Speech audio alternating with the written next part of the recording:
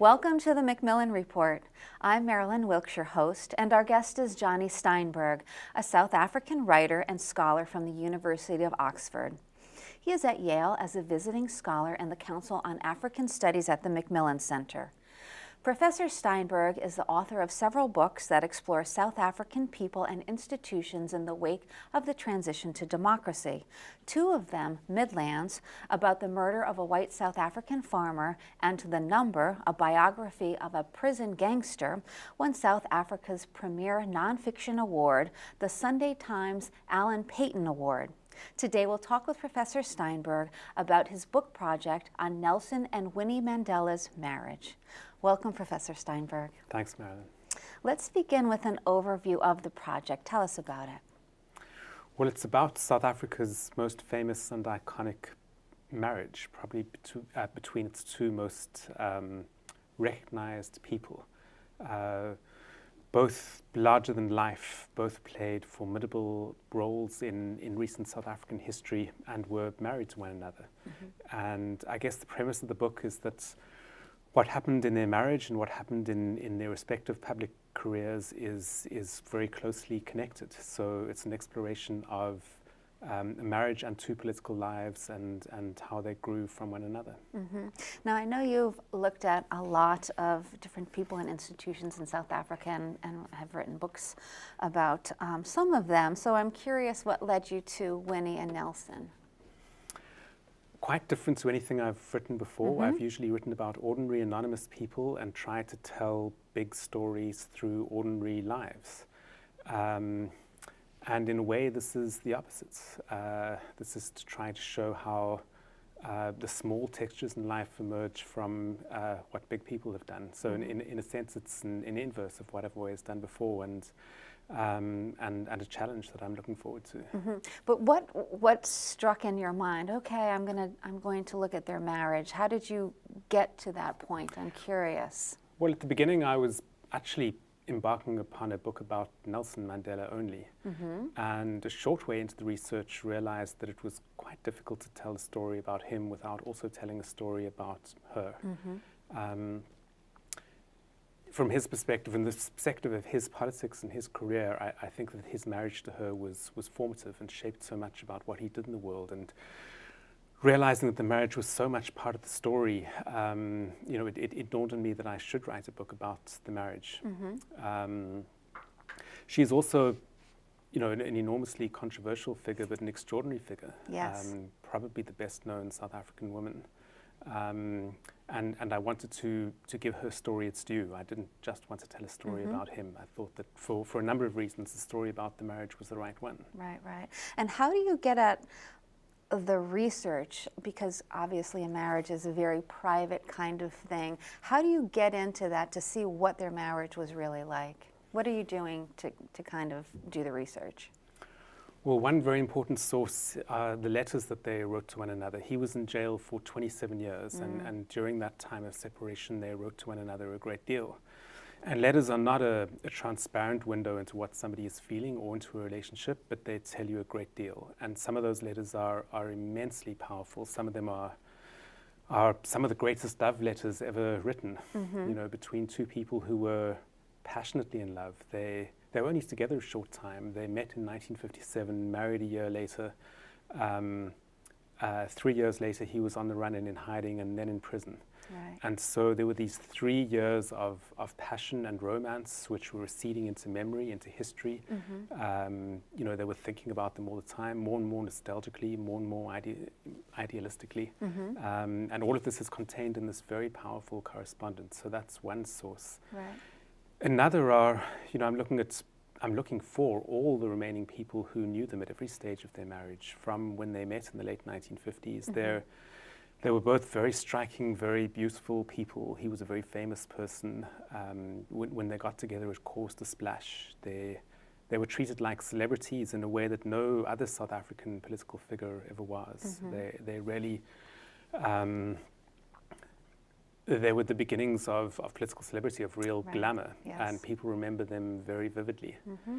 Also talking to all the remaining people who were in prison with Nelson Mandela, and the dozens, perhaps hundreds of people who came into contact with Winnie and knew something of her personally during the years that Nelson was in prison. So lots and lots of work to do. Okay, so I know you open with their courtship, and they basically told the same story of how they met, but you seem to think there is some deception there. So let's talk about that a little bit.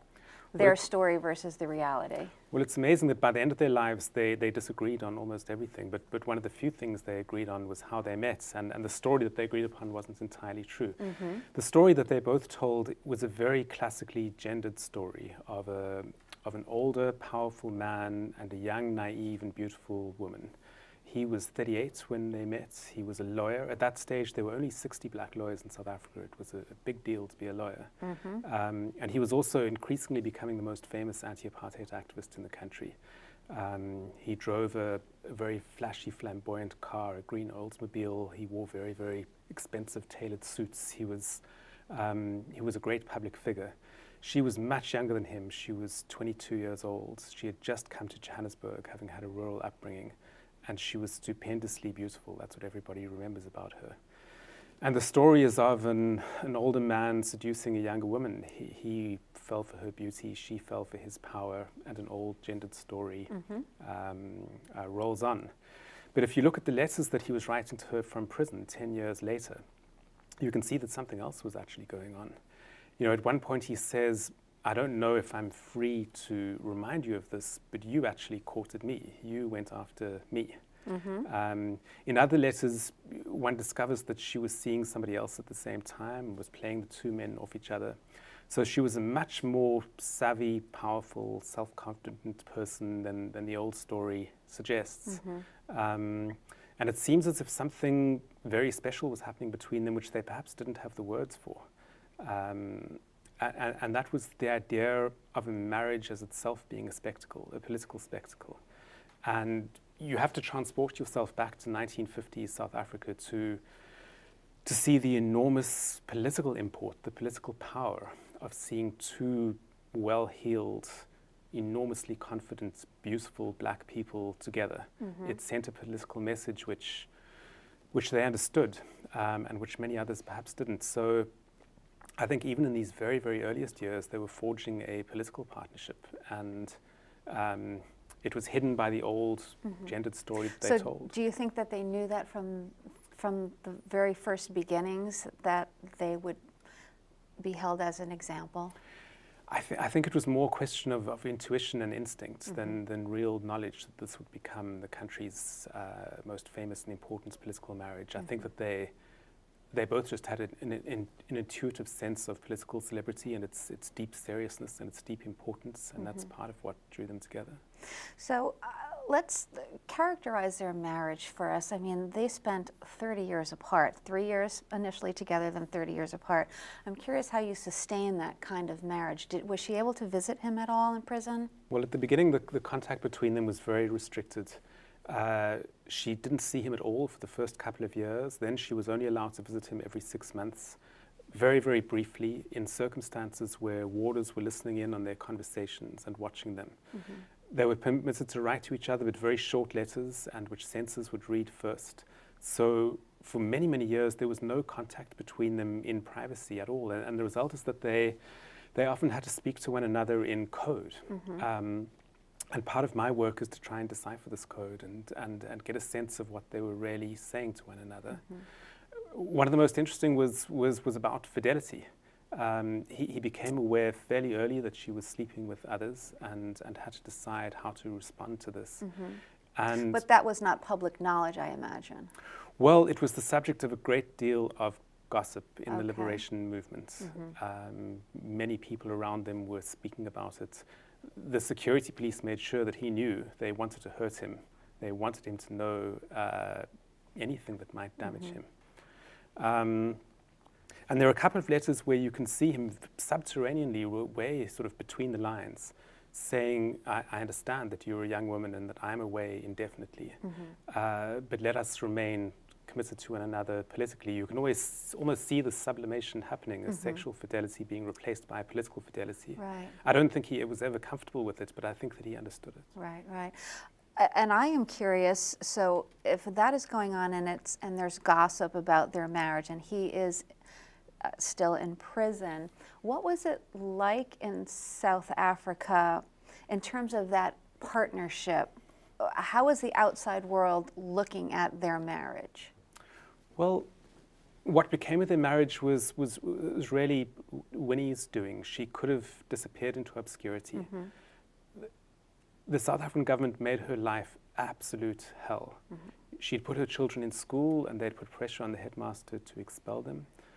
She had a career as a social worker. They banned her, which restricted her movement to such an extent that she had to give up her job. So she lost her livelihood. She lost her capacity to put her children in school. She very bravely started underground work, and they caught her for that and threw her in prison. She was in solitary confinement. She was in prison altogether for 18 months, in solitary confinement for about 9 months of that. She was beaten, tortured. And the more they went after her, the stronger she became. Mm-hmm. And by the late 1970s, she was a quite unique figure. She was the only figure inside the country who could say, I'm a member of the ANC, I can talk for the ANC. Everybody else was in exile or in prison. Mm-hmm. And she kept his memory alive. So in a way, the marriage became as famous as it was, largely due to her courage, due to her continual recognition that their marriage was an enormously powerful symbol and that she would keep putting herself and the marriage out there. Mm-hmm. She carried it for many years. And they did have 2 children. They did have 2 children, and their lives were also made incredibly difficult by these circumstances. In 1977, Winnie was banned. The police arrived at her house one night, threw all her worldly possessions on a truck, and drove her off into a remote town in the middle of nowhere where she didn't speak the local language. She was given a small 2-roomed house. And one of her kids went to live with her in those circumstances, then went off to boarding school. So the kids had to watch, both of their parents being imprisoned, mm-hmm. one of their parents being banished, being separated from them all the time so they could be educated. It was a very, very difficult childhood for both of them. Yes, a very difficult life for all of them. So when Nelson got out of jail, what happened? Well, there'd been a great deal of controversy around Winnie in the 2 years preceding Nelson's release from prison. She defied her banning order to Brantford, this rural town that she went to, and went back to Soweto, to her home, at a time when there were uprisings across South Africa against apartheid, and the epicenter was in Soweto. Mm-hmm. And she went back into the thick of that and said things and did things that were enormously controversial. Right. And in the year preceding his release, Mandela was really faced with a choice about whether to be loyal to her or whether to distance himself from her, mm-hmm. and took this decision to stand by her. And when he walked out of prison on the 11th of February 1990, it was holding her hand.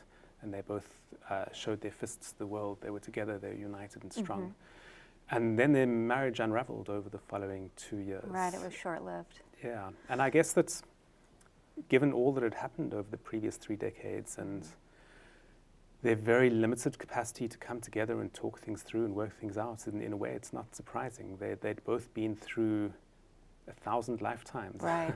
They'd been through the extraordinary. They'd both lived and experienced such extreme lives. Mm-hmm. And when he was released, they had to move straight into the limelight. They were both working 18, 20 hours a day, living at a very high level. Very hard for a relationship to survive. Right, right. I mean, the separation and then the intense scrutiny, I would imagine, would be tough for any marriage.